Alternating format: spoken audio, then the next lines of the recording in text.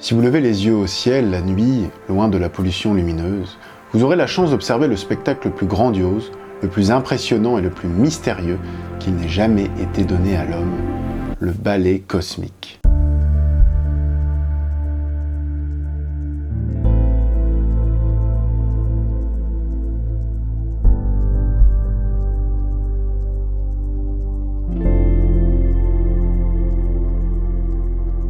L'espace fascine l'homme depuis la nuit des temps, et notre soif de comprendre le monde qui nous entoure nous a tout naturellement plongé dans le vide spatial. Majoritairement depuis la Terre, l'homme observe et décrypte l'univers et ses mystères. Mais depuis maintenant près d'un siècle, il s'y aventure. La vie est un hasard heureux, formidable. La Terre nous procure les conditions idéales pour abriter une vie complexe et des formes intelligentes. Mais au-delà de l'atmosphère, le vide, le froid et les rayonnements rendent la survie impossible spontanément. Les avancées technologiques permettent maintenant d'envoyer des hommes dans l'espace et de les suivre pendant plusieurs mois, photographier la Terre, regarder des matchs de foot ou encore jouer du saxophone. On se rappelle aussi des premiers pas de Neil Armstrong sur la Lune. Mais qui se rappelle comment il était préparé s'il tombait malade dans le LEM ?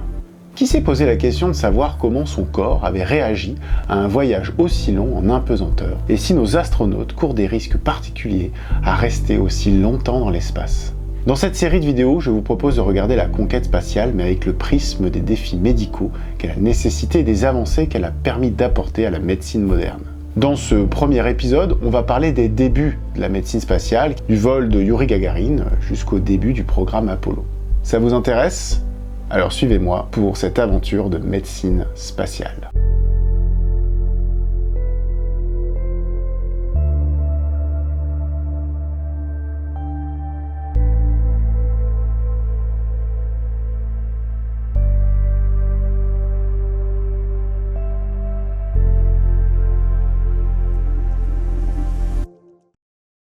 Alors si le sujet de l'espace vous intéresse, il y a vraiment plein de chaînes qui vous apprendront vraiment beaucoup de choses sur la conquête spatiale et ses histoires passionnantes. Je vais vous mettre des liens en description et je vous renverrai à quelques vidéos durant celle-ci.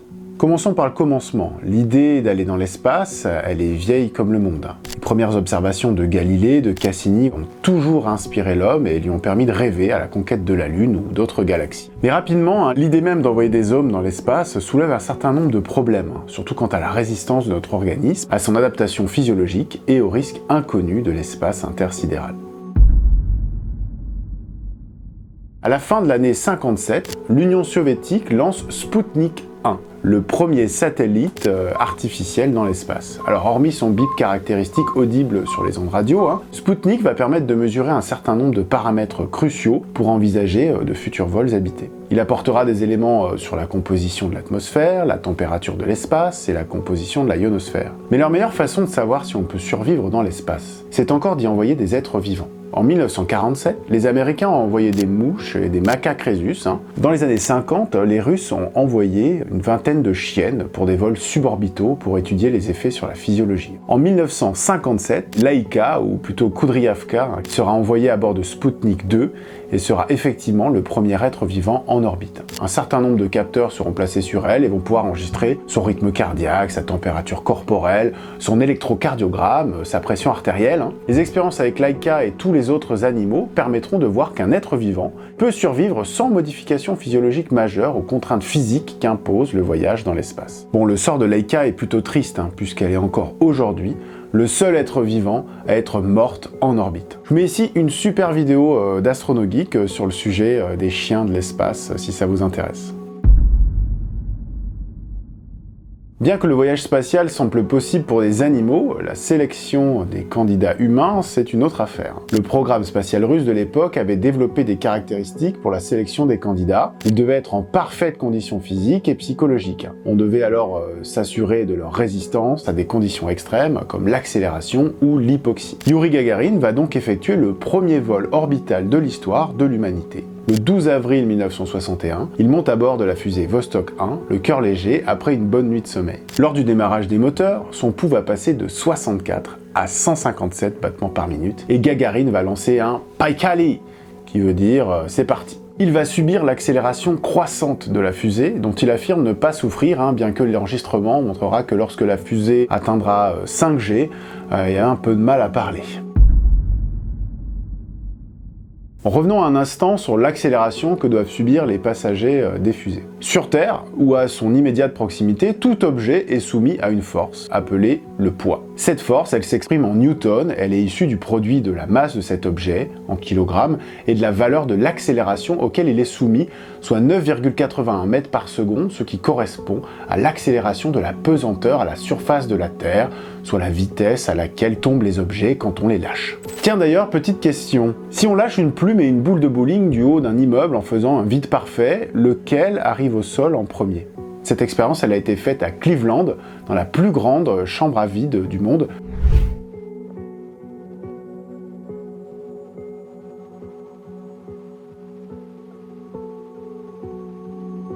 Il tombe à la même vitesse.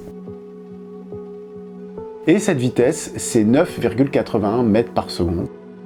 Revenons à nos astronautes. Cette accélération, G comme gravity, elle va déterminer notre poids au repos. Lorsque nous allons augmenter cette valeur, alors à masse constante, notre poids en newton va lui augmenter. Plus on va augmenter l'accélération, plus le poids va alors augmenter de façon linéaire. On parle souvent de G pour déterminer la puissance d'accélération d'une fusée, d'un avion ou d'une attraction à sensation. En pratique, subir une accélération de 3G, ça revient à augmenter 3 fois son poids. C'est 3 fois son poids. Soit pour un homme de 70 kg, la sensation d'en peser 210. L'homme peut résister à des accélérations allant jusqu'à 45 G. Alors, 46,2 pour être exact. John Paul Stapp, un colonel de l'US Air Force, a enduré lors d'une expérience l'accélération faramineuse de 46,2 G durant 0,9 secondes sur le dos et de 25 G durant 1,1 seconde sur le ventre. Il a survécu à cette expérience et il a même vécu jusqu'à 89 ans. Alors les risques d'une accélération aussi intense sur le corps, ils sont bien connus. Si le sujet se tient debout comme dans un ascenseur, le sang contenu dans sa boîte crânienne aura tendance à descendre dans les parties inférieures de son corps et donc va provoquer chez lui des troubles neurologiques, voire un arrêt complet du flux sanguin cérébral, pouvant mener rapidement à la mort. Alors notre corps va pouvoir s'adapter à une montée progressive de l'accélération, mais si celle-ci est trop forte, alors les systèmes physiologiques seront insuffisants pour maintenir une pression cérébrale suffisante. Et dans ce cas, ça va pas bien se passer. Dans la position debout, il existe aussi des contraintes sur la colonne vertébrale avec un risque de fracture ou de tassement. Lorsque le sujet est assis, les contraintes transverses de l'accélération vont aussi être surtout sur la circulation cérébrale. C'est pour ça que les pilotes d'avions de chasse portent des pantalons anti-G qui vont se gonfler en fonction de l'accélération de l'appareil pour maintenir une pression suffisante au niveau du cerveau. Alors au décollage d'une fusée, la poussée elle est colossale, mais l'accélération elle dépasse pas 3G. Donc les astronautes sont positionnés couchés sur le dos, parce que dans cette position, ils peuvent résister plusieurs dizaines de minutes, bien plus qu'il n'en faut pour s'arracher à l'attraction terrestre. Cette valeur de 3G, elle a été déterminée par la NASA à la suite d'une série d'expériences ayant permis de déterminer l'accélération la plus acceptable au décollage pour permettre le moins de problèmes possible. Cette résistance à l'accélération, elle est aussi influencée par les séjours en apesanteur. De nombreuses études ont montré que nous résistons moins aux accélérations lorsque nous sommes exposés à moins de contraintes gravitationnelles, par exemple sous l'eau ou en apesanteur. Et ça pose un problème, car les astronautes ils vont aussi être soumis à des forces d'accélération lors de leur retour sur Terre. Enfin, essentiellement des forces de décélération au moment de leur rentrée dans l'atmosphère. Effectivement, lors de l'entrée dans l'atmosphère, les capsules spatiales vont, au contact de l'air, subir une énorme décélération. Une météorite qui file entre 10 et 80 km/s, elle va perdre, lors de son entrée dans l'atmosphère, près de 90% de sa vitesse en un laps de temps très très court. La navette spatiale, la Space Shuttle, qui pèse quant à elle 100 tonnes, elle va arriver à la vitesse de 7700 mètres par seconde, ce qui équivaut à peu près 30 000 km/h, et sa vitesse d'atterrissage n'excède pas 300 km/h, donc vous imaginez la décélération qu'elle doit subir pour arriver à cette vitesse en quelques centaines de kilomètres. Alors revenons à Yuri, qui vient de graviter pendant 1 h et 48 minutes autour de la Terre. Le centre de commande de Baïkonour s'apprête à déclencher les rétrofusées qui vont lui permettre de quitter son orbite gravitationnelle. Tout ne se passe pas comme prévu, le module de réentrée reste accroché au module de service par des câbles, il ne présente pas correctement son bouclier thermique, le module tournoie sur lui-même, mais Gagarine reste bien calme, il entre dans l'atmosphère tout en donnant des instructions sur son potentiel point de chute. La décélération elle va atteindre 10 G, et la vue d'Yuri, elle va alors un peu se brouiller quelques secondes, mais rapidement, la capsule va ralentir et il va pouvoir reprendre ses esprits et s'éjecter à quelques kilomètres du sol avant d'atterrir dans la région de la Volga. Alors on estime que la décélération subie par les astronautes, elle est environ 3 fois supérieure à l'accélération du décollage. Sans parler de l'élévation de la température liée à la friction de l'air, il s'agit probablement d'une des périodes les plus critiques pour les vaisseaux spatiaux, mais aussi pour les organismes vivants.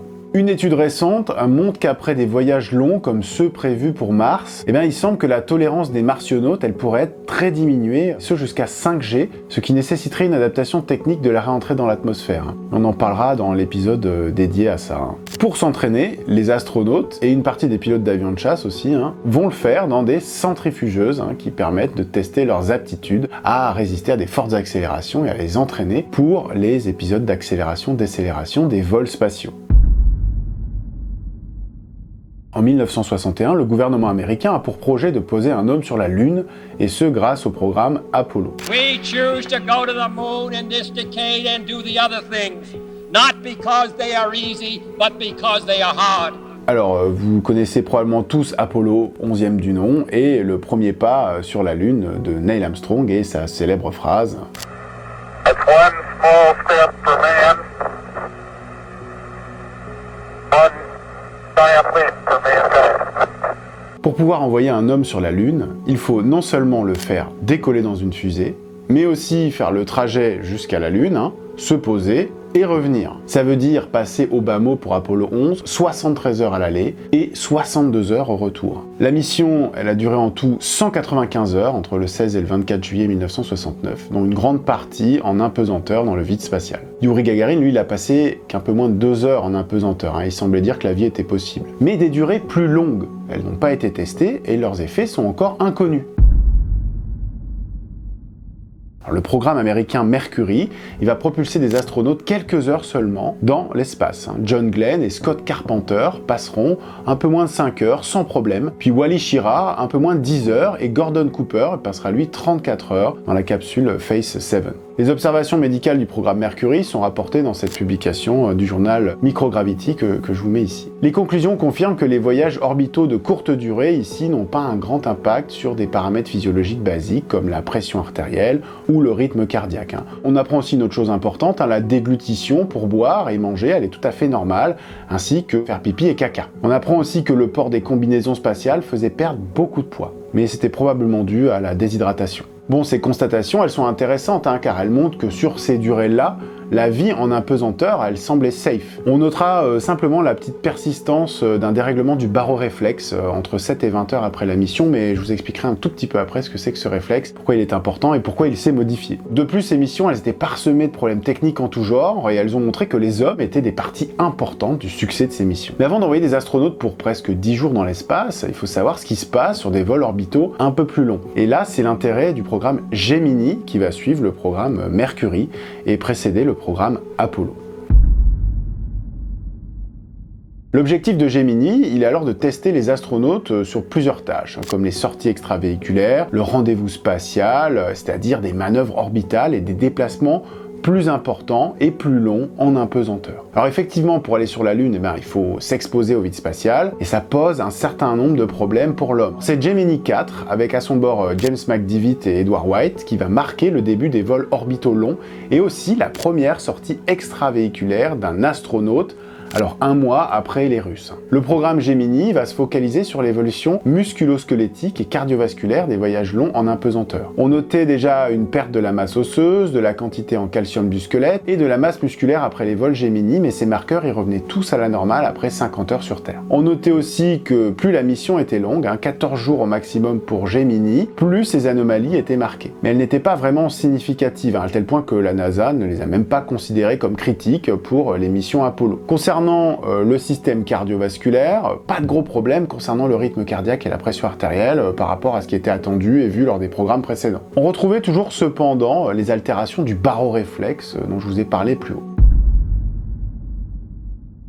Alors le baroréflexe, c'est quoi et à quoi ça sert? Eh bien c'est ce qui vous permet de maintenir un flux sanguin continu et suffisant pour votre cerveau lorsque vous changez de position, essentiellement lorsque vous passez de la position couchée à la position debout. Alors, il existe des capteurs de pression qui sont situés au niveau de la crosse de l'aorte et un peu plus haut au niveau des bifurcations des artères carotides dans le cou. Ces récepteurs, ils captent les variations de pression dans ces deux vaisseaux et lorsque vous passez de la position couchée à la position debout, eh bien la gravité, elle fait chuter la colonne de son et la pression au niveau de la tête et des parties supérieures du corps va diminuer. La baisse de pression, elle est captée par ces barorécepteurs, puis elle est transmise au cerveau, au niveau du bulbe rachidien, où un signal va transiter via des ganglions nerveux sympathiques jusqu'à la musculature artérielle, au cœur et à la glande surrénale. L'activation de ce réseau de neurones va entraîner une contraction artérielle, une accélération du rythme cardiaque et de la force de pompage, ainsi qu'une sécrétion d'adrénaline. Et donc votre pression artérielle, elle va être maintenue et votre cerveau correctement irrigué. Alors il y a des conditions dans lesquelles ce réflexe il va être perturbé,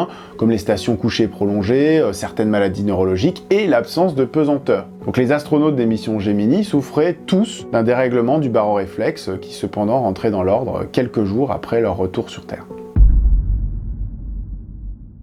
Alors un des problèmes majeurs dans l'espace, c'est aussi l'exposition au rayonnement ionisant.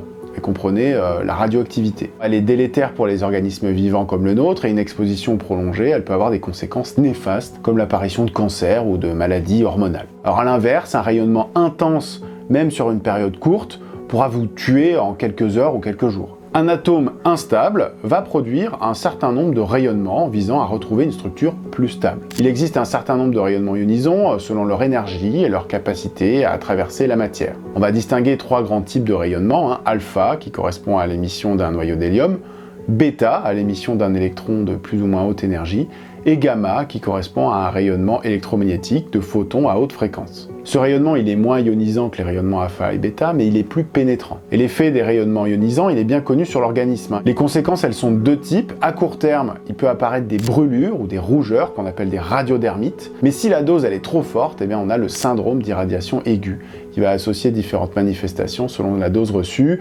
et ce syndrome il est mortel dans la plupart des cas. L'échelle de ce syndrome elle s'étend entre 0 et 20 sieverts. 5 sieverts étant considérés comme la dose qui va tuer la moitié des gens qui y seront exposés. Alors pourquoi 20 sieverts? Parce que c'est la dose reçue par Isai Uchi lors de l'accident de la centrale Toikamura en 1999. Lui et deux autres ouvriers peu qualifiés ont déclenché une réaction de fission dans un réservoir de combustible qui ont provoqué alors un fort dégagement de rayonnement alpha et gamma. Ils vont décéder quelques mois plus tard.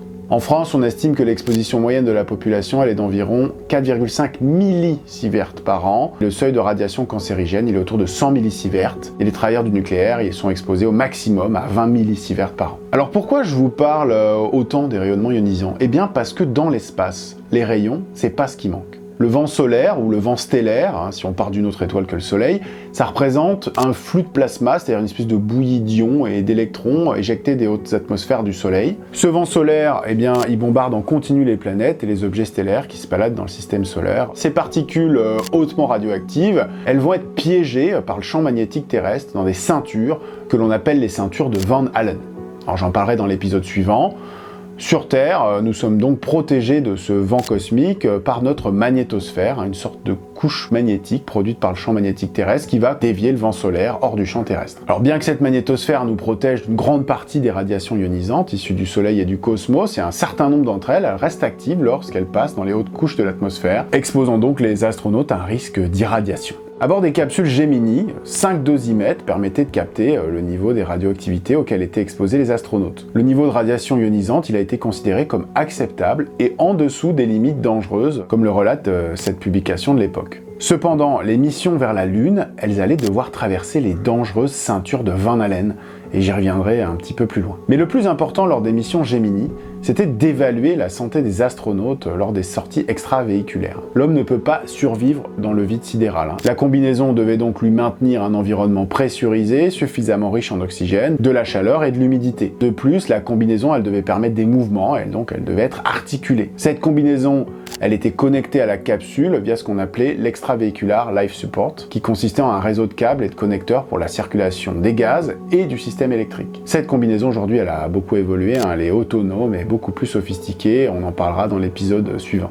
Les sorties extravéhiculaires, elles ont permis d'améliorer le design et l'équipement de ces combinaisons en prévision des missions lunaires d'Apollo. Alors d'un point de vue médical, les sorties, elles se passèrent sans gros problème. Seulement l'effort nécessaire à de telles sorties avait été un peu sous-estimé par la NASA lors des tests au sol, rendant beaucoup moins performants les astronautes lors de certaines de ces sorties. Le succès du programme Gemini, et avant lui Mercury, tant sur le plan technique que médical, il ouvra la voie royale au programme Apollo, qui allait emmener des hommes sur la Lune. Ce programme posait plus de défis techniques, mais aussi des défis médicaux à la NASA. Alors on sait qu'il n'y a aucune preuve de la perte de performance des pilotes dans l'espace, que les mesures physiologiques effectuées restaient toutes dans des zones de tolérance acceptables, aucune preuve de modification sensorielle ou psychologique dans l'espace, la dose de radiation reçue était insignifiante, et les astronautes souffraient tous quand même d'un dérèglement du baroréflexe transitoire à leur retour sur Terre. Et bien maintenant, il faut envoyer des hommes sur la Lune. Et on en parlera dans l'épisode 2. À bientôt. Keep on healing. Keep on rocking.